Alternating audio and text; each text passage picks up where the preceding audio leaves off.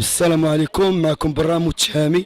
أنا شخص متطوع مع الأستاذ والدرب سي محمد الغرويطي، كما لا يخفى على الجميع هو خبير في العلوم السياسية وولد البلاد، ونحن فخورون بالانتماء إليه، ونحن كمتطوعون معه وكنتمناوه ينجح، حيت ما عمرو ما شارك في هذه الحملة الانتخابية أو هذه الدعايات لأول مرة من أجل ساكنة المحمدية.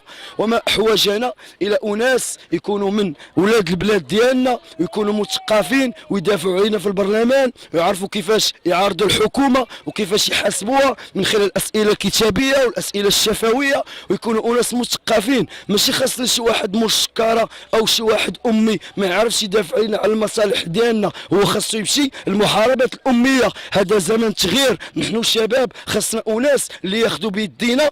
إن شاء الله المغرب يكون إن شاء الله مغرب المستقبل كما يتمنى الجميع تحت قيادة سيدي محمد السادس نصره الله.